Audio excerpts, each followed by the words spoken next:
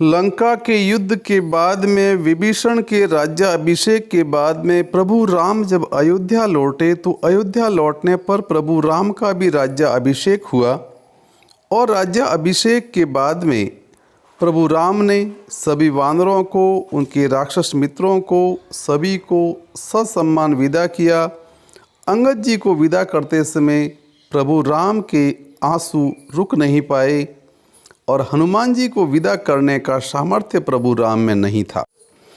प्रभु राम दिन भर राजकीय कार्यों के अंदर व्यस्त रहे और शाम के समय जब इन सारे कार्यों से थोड़ी सी छूट मिली तो वो गुरु और माताओं के पास में उनकी कुशल क्षेम पूछने के बाद में जब वे अपने कक्ष में आए तो हनुमान जी भी उनके पीछे पीछे आ गए।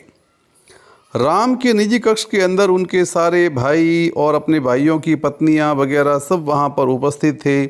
वनवास और उसके युद्ध के बारे में फिर अनंत औपचारिकताओं की सारी बातें पूरी करने का ये पहला अवसर था जब पूरा का पूरा परिवार प्रभु राम के साथ में उपस्थित था।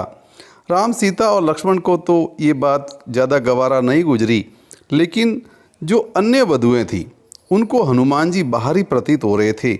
और सामान्य सी बात है, एक सामान्य इंसान यही सोचता है, उनको काफ़ी अनुचित भी प्रतीत हो रहा था।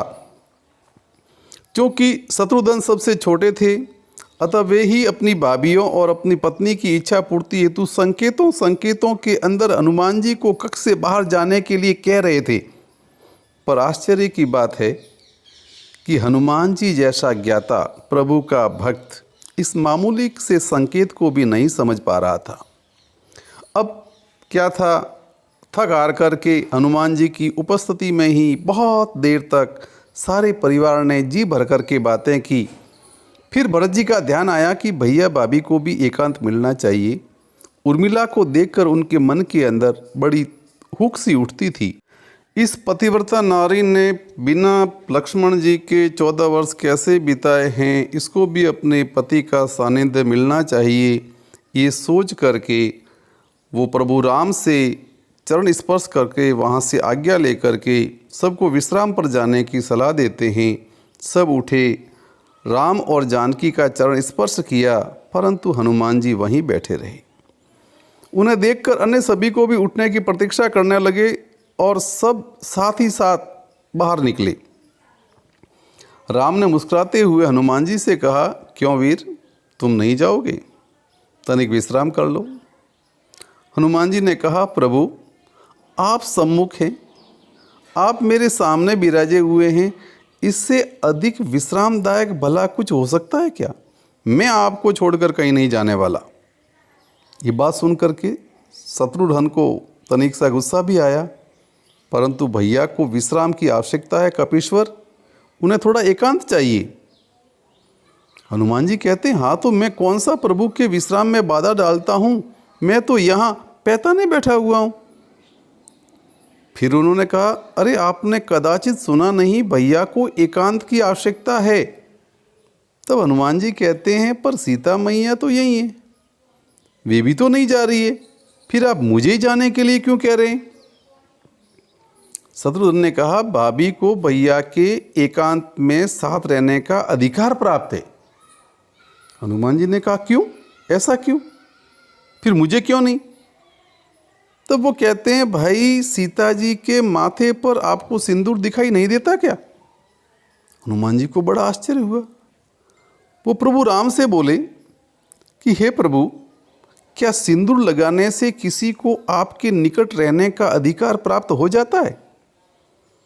राम मुस्कुराए, बोले, अवश्य, यही सनातन की प्रथा है हनुमान, बस इतना सुनना था। हनुमान जी थोड़े मायूस हुए, उठे, प्रणाम करके बाहर चले गए। प्रातः जब प्रभु राम का दरबार लगा तो सारी साधारण औपचारिकताएं पूरा करने के बाद में नगर के प्रतिष्ठित व्यापारी न्याय मांगते हुए प्रभु राम के दरबार के अंदर उपस्थित हो गए। पता लगा कि पूरी रात अयोध्या के अंदर व्यापारियों के भंडारों में हनुमान जी ने तोड़फोड़ की है, उत्पात मचाया है। राम ने जब यह सब सुना, सैनिकों को आदेश दिया कि भाई हनुमान जी को राज्यसभा में उपस्थित किया जाए।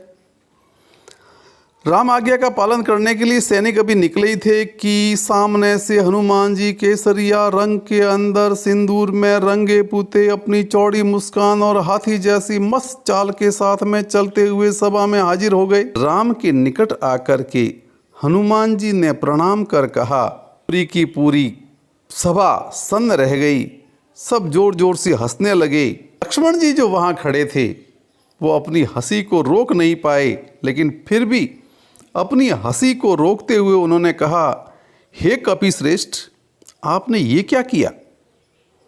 क्या आपके वानरों में ऐसी कोई प्रथा है? हनुमान जी बड़े प्रफुल्लित स्वर में बोले, अरे नहीं भैया, यह तो सनातन की प्रथा है, यह तो आर्यों की प्रथा है। मुझे कल ही पता चला कि अगर एक चुटकी सिंदूर लगा लो तो प्रभु राम के निकट रहने का अधिकार मिल जाता है। तो मैंने सारी रात अयोध्या का सारा सिंदूर लगा लिया। फिर वो राम से कहते हैं, क्यों प्रभु, अब तो कोई मुझे आपसे दूर नहीं कर पाएगा ना? सारी सभा हंस रही थी। भरत जी के आंखों से अश्रुओं की धारा बह रही थी। प्रभु राम के प्रति उनका अथाह प्रेम देख करके वो गदगद हो रहे थे। प्रभु राम बोले, हनुमान, तुमने जन्मों जन्म का राम का प्रेम पा लिया है।